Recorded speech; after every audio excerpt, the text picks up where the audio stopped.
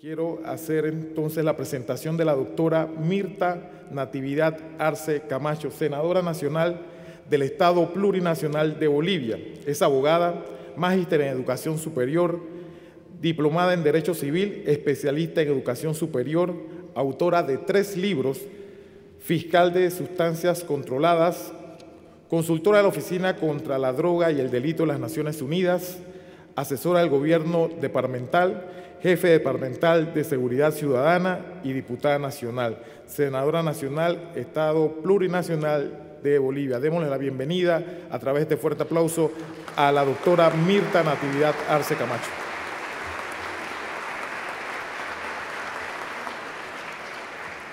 Gracias. ¿Cuánto tiempo tengo? Gracias. Bueno, primero expresar mi agradecimiento a Comipaz, que nos ha dado la posibilidad de que podamos estar presentes en este bello país. Un abrazo muy cordial a todos los países que hoy se reúnen y se congregan por este llamado importante como es la paz. Los principios fundamentales para alcanzar la felicidad del ser humano indudablemente nos obligan a retrotraer a lo que ha sido la Revolución Francesa. Ya en 1789, si todos y todas recordamos, la Revolución Francesa nos daba principios rectores que regulaban la vida de los pueblos, la vida de las naciones, el comportamiento humano. Y esos principios universales pareciera que hoy por hoy no los estamos aplicando a nuestra vida, y eso ha hecho que nos lleven a una inexorable realidad que a momentos no es nada halagüeña y a momentos hace que perdamos la esperanza en retomar y recobrar nuestra madre tierra. Esos principios universales tienen que ver con la fraternidad, con la igualdad, con la solidaridad, que muchos de nosotros en nuestro ámbito personal y en nuestro ámbito institucional y como países hemos olvidado. Cuando el ser humano se aleja de estos principios universales, obviamente nos convertimos en entes consumistas, en entes depredadores, y eso es lo que indudablemente hace que pues no haya el equilibrio que debiera haber entre los derechos de la madre tierra y los derechos humanos, ¿no?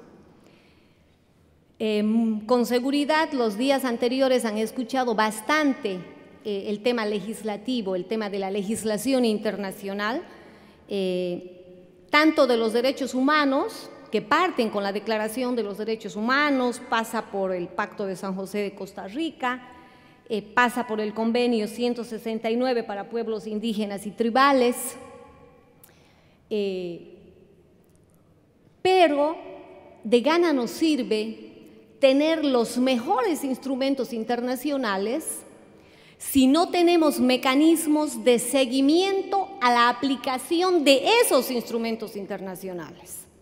Si no tenemos mecanismos que nos permitan desde los estados consumistas y productores de bienes de consumo hasta las propias naciones y pueblos indígenas originario campesinos, que son quienes viven en su hábitat inmediato y que son quienes se alimentan de la madre tierra, su biodiversidad y obviamente su propio estilo de vida y sus propios ciclos de vida.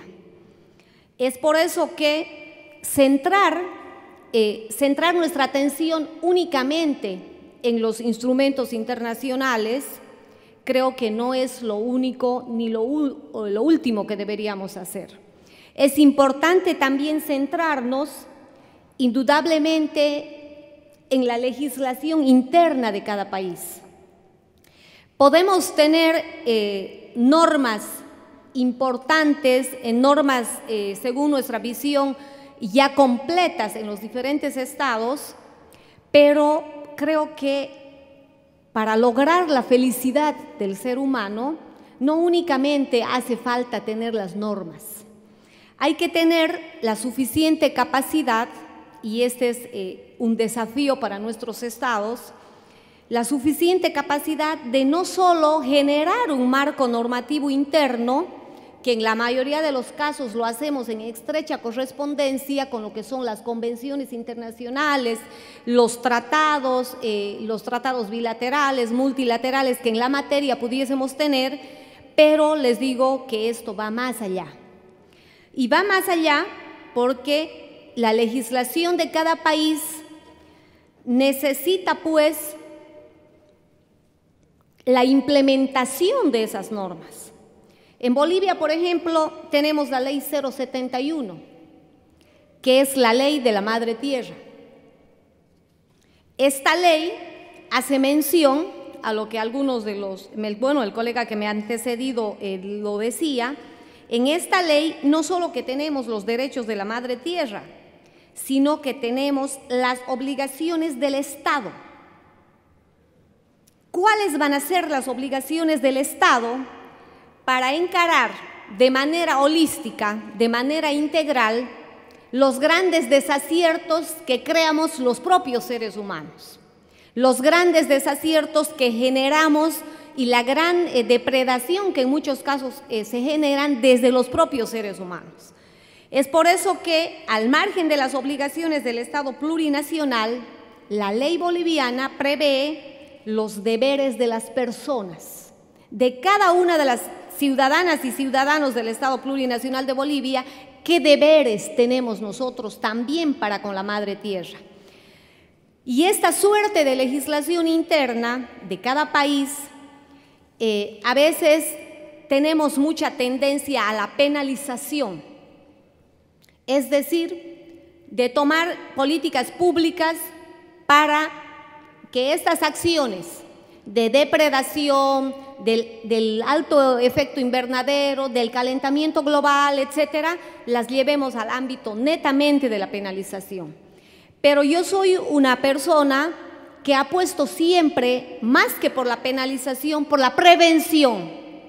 ¿Qué están haciendo nuestros estados en materia de prevención? ¿Por qué siempre nos dejamos llevar por el criterio de penalizar aquello, de instituir sanciones, cuando pudiésemos tener políticas públicas, normas, reglamentos, etcétera, que más bien eviten el daño al medio ambiente, que más bien eviten los daños a la madre tierra? Y esto indudablemente lo vamos a lograr por el tipo de sistema que querramos incorporar en nuestros países a la hora de legislar en la materia de derechos de la madre tierra. Amén de que en muchos países de la región nuestro sistema penitenciario no es el mejor, y creo que ahí el colega me va a dar la razón.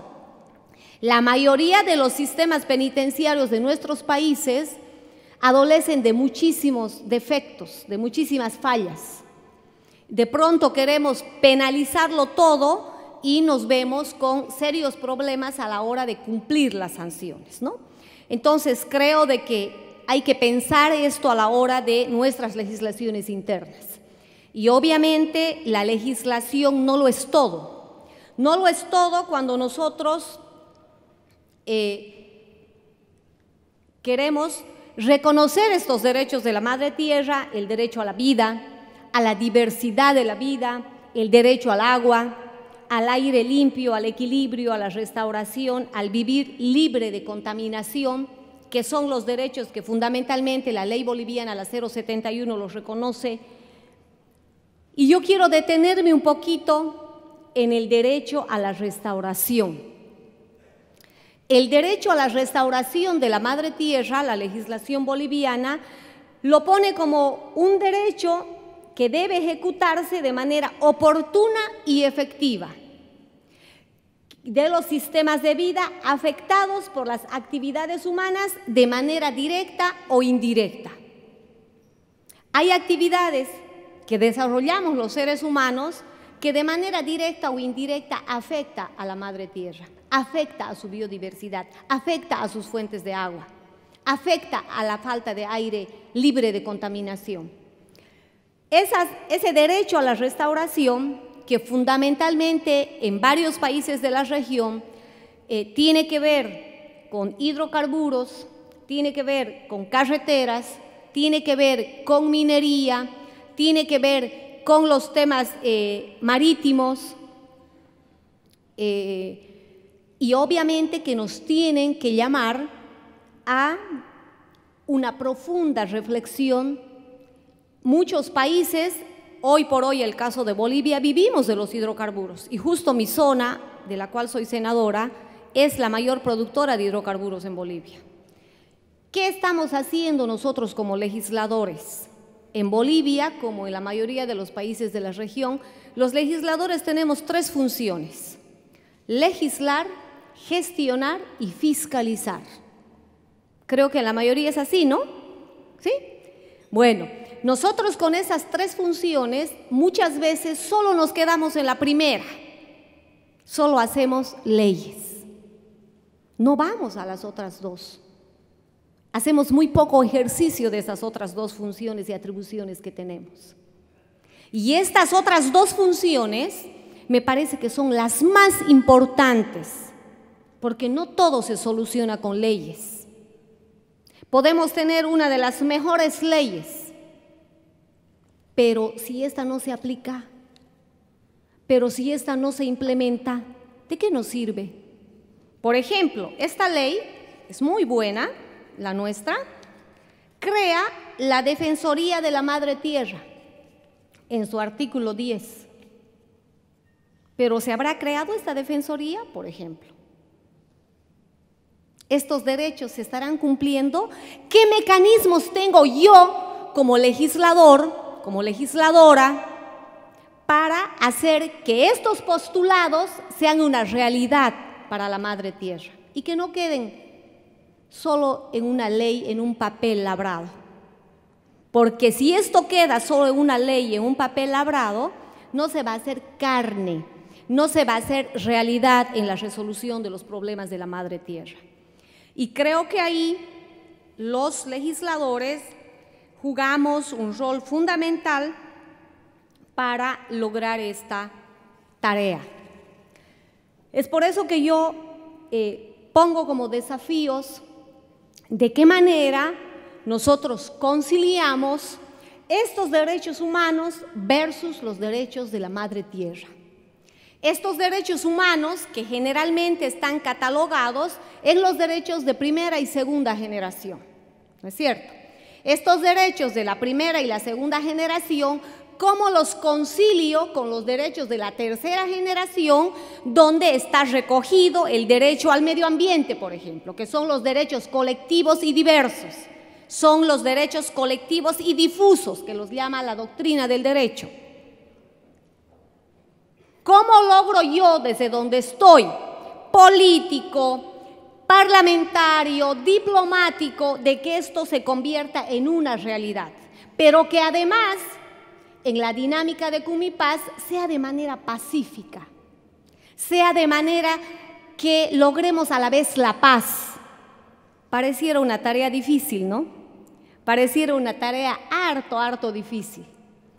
Porque los derechos de la primera y la segunda generación, indudablemente a ratos pareciera que están contrapolados con los derechos de la tercera generación. Y vamos a quedarnos en el derecho al medio ambiente, que es un derecho, como hemos dicho, colectivo y difuso, porque es un derecho de todos y todas, el derecho a la Madre Tierra. Muy diferente al derecho a la vida, que puede ser un derecho personalísimo mío. Yo tengo derecho a la vida. Pero cuando hablamos de derechos de tercera generación, debemos recordar que estamos refiriéndonos a derechos que son colectivos y que son difusos, porque es de todos y todas y no hay uno que únicamente pueda arrogarse el derecho de acceso a ese derecho. Ahí es cuando se nos pone el desafío muy grande. Pero yo creo que este desafío es fácilmente alcanzable, ejecutable, si nosotros cumplimos estas tres acciones. Estoy hablando desde nuestro rol parlamentario. Si nosotros cumplimos la ley, gobernados y gobernantes porque es muy difícil cuando solo quieren que cumplamos la ley los gobernados, ¿no? Y no los gobernantes, porque se nos pone cuesta arriba cuando solo los de abajo tienen que cumplir la ley y no los de arriba. En este desafío debemos cumplir todos la ley, todos y todas la ley, porque si solo cumplen algunos, violamos el principio de igualdad ante la ley, que es uno de los principios fundamentales que todo legislador tiene que saber. Eso nos dice la doctrina del derecho. Hay el principio de igualdad ante la ley. No es que la ley vale más para los unos que para los otros. La ley tiene que valer por igual para todos, gobernantes y gobernantes. Pero este cumplimiento de la ley no pasa solamente por cumplirla. Hay que conocerla para cumplirla. Hay que conocer la norma para cumplirla. ¿De qué derechos puedo hablar yo de los pueblos indígenas y tribales a la madre tierra cuando como legisladora no conozco ni qué es el convenio 169? El conocer creo que es uno de los temas fundamentales para poder cumplir la ley. Y para conocer la ley, en Bolivia la ley antes era solo patrimonio de los legisladores, de los jueces y fiscales. Hoy en Bolivia todos conocemos la ley. Hoy en Bolivia los legisladores por mandato constitucional socializamos las leyes cuando son proyectos de ley y después que las promulgamos tenemos la obligación de socializar. Esto tiene que llegar a la gente. El ciudadano de a pie, el señor de la esquina, todos deben conocer la ley. Entonces, para cumplir la ley tenemos que conocer la ley. Los magistrados, varios debe haber aquí. ¿Cómo van a aplicar la ley? Hablemos de Kioto, hablemos de Roma, hablemos de Cochabamba, que son hitos importantes en materia de legislación internacional para derechos de la madre tierra, ¿no es cierto? ¿Cómo vamos a aplicar los instrumentos internacionales? Y dicho sea de paso que recién desde la actual Constitución tenemos incorporado en el paquete de constitucionalidad boliviana el acoger en el paquete de constitucionalidad los tratados y convenios internacionales. En la anterior Constitución, en la legislación boliviana no aplicábamos estos tratados, o sea que Kioto, Roma, etcétera, etcétera, a menos que hayan sido ratificados por el país, con el criterio de reserva, que muchos países también, como ustedes conocen, lo hacen, no aplicábamos los tratados y convenios internacionales. Era un saludo a la bandera. Hoy, la Constitución en el artículo 410 recoge en el paquete de constitucionalidad a los convenios y tratados internacionales. Antes los abogados, los jueces y fiscales teníamos que hacer una analogía jurídica únicamente porque no teníamos en el paquete de constitucionalidad y algunos los ponían a los tratados y convenios por sobre la Constitución, otros por debajo de la Constitución. Hoy son parte del paquete de constitucionalidad boliviana después de nuestra Constitución. Eso hace de que el conocimiento de estos instrumentos internacionales sean vitales para su ejercicio real. Si nosotros no hacemos un ejercicio real, podemos tener la mejor de las leyes, pero va a ser eso, letra muerta, como decimos en derecho. Pero no va a ser una ley útil. No va a ser una ley que solucione el problema de la madre tierra. ¿Cómo puede un administrador de justicia hacer una justicia justa y además fundamentada cuando no conoce el protocolo de Kioto? Cuando no conoce las decisiones que hemos tomado del encuentro de Cochabamba, cuando no ha hecho abstracción, ¿no es cierto?, de todo el catálogo de derechos que tiene la madre tierra. Entonces es fundamental el conocimiento, y aquí jugamos todos los actores de este evento, juegan los diplomáticos, porque de pronto tenemos las tres fronteras, por ejemplo, Brasil, Argentina, Paraguay, y tenemos que hacer un tratado pues trinacional, o bilateral, o multilateral. Ahí entran los diplomáticos, que hay que conocer la ley, la norma. ¿Cómo va a dictaminar un fallo un juez, un magistrado, si no conoce el protocolo de Kioto? Si no conoce su legislación interna de su país. Por eso, para mí, conciliamos estos derechos humanos con estos derechos de la madre tierra, con el cumplimiento de la ley. La segunda cosa, les decía de que los legisladores, en la mayoría de los países de la región, tenemos 3 atribuciones: legislar, fiscalizar y gestionar. Pero a veces somos tan cómodos los legisladores, ¿no?, que solo queremos ir a nuestras sesioncitas a aprobar nuestra ley del día y pare de contar, y luego que llegue fin de mes y recoger nuestro sueldito, que para algunos es más jugoso, para otros menos jugoso, pero es nuestro ingresito, ¿no? O sea, queremos ir únicamente a la sesioncita, cumplir y que llegue el fin de mes. Pero creo que no. Creo que deberíamos tratar de aplicar estos otros mecanismos que nos franquea la ley, que está dentro de nuestras prerrogativas, como es la fiscalización y la gestión, porque son herramientas parlamentarias útiles al fin que hoy nos convoca. Yo les decía que en mi región es un departamento eminentemente productor de hidrocarburos. Cuando he sido diputada hemos hecho 7 inspecciones a los pozos petroleros para verificar daños medioambientales. Algunos colegas iban para ver cuántos trabajadores habían, si les estaban pagando bien o no, pero otros teníamos nuestras metas muy claras. Nos interesaba saber qué daños ambientales se habían hecho, nos interesaba saber si se había cumplido la ley. La ley dice que se deben conformar comités de monitoreo y seguimiento ambiental en cada uno de los lugares sometidos a contrato petrolero. Entonces mirábamos aquello.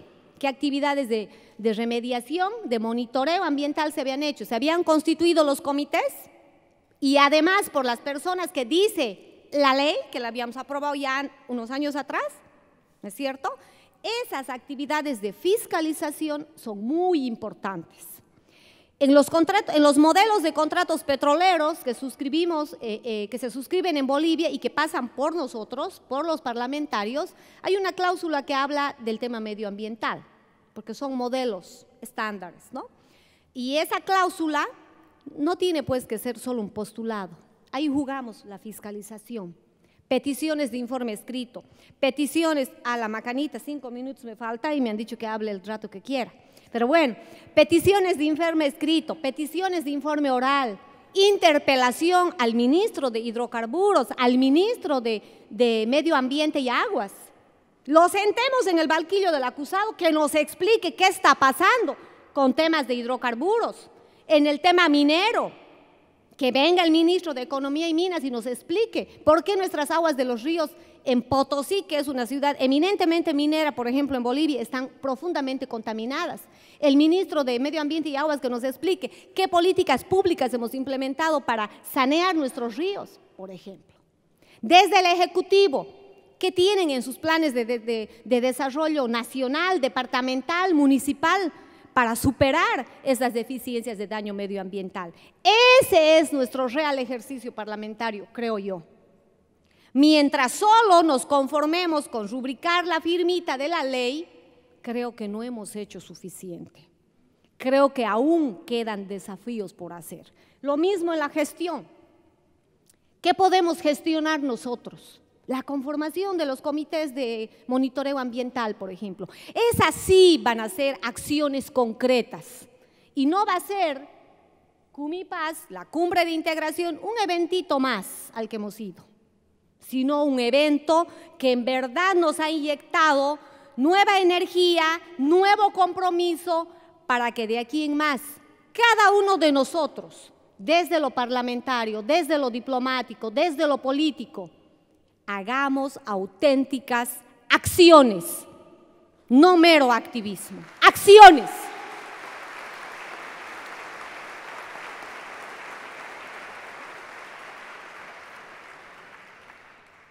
¿Cómo es que debemos encarar estas graves fallas de daño medioambiental? A través de soluciones pacíficas. Porque Cumipaz es una entidad eminentemente pacífica, que promueve la paz. Y dos de los mecanismos para lograr este objetivo, indudablemente, es el arbitraje y la conciliación. Nosotros en Bolivia tenemos una ley de arbitraje, tenemos una ley de control social y como seguramente muchos países de la región han avanzado, pero nos falta tal vez lo más principal, la implementación de estos marcos internacionales de legislación interna de cada país que nos permitan de manera integral comprometernos. Dice que la gallina, para alimentar al ser humano, compromete su vida, ¿no? Porque la tenemos que matar al pollito, a la gallina para comérnoslos.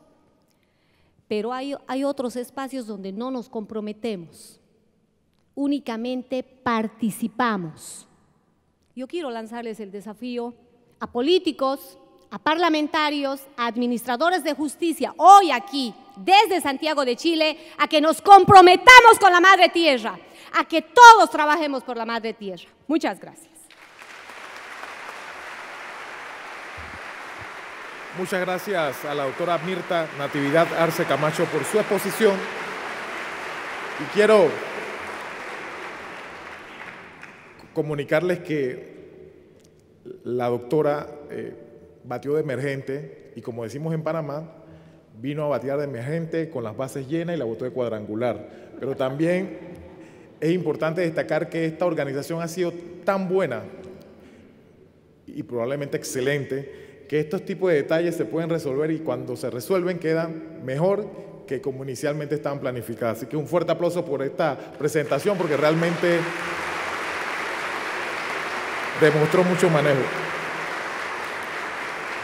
En definitiva, y a manera de conclusión, siento que hay que establecer en nuestras constituciones ya literalmente la palabra felicidad.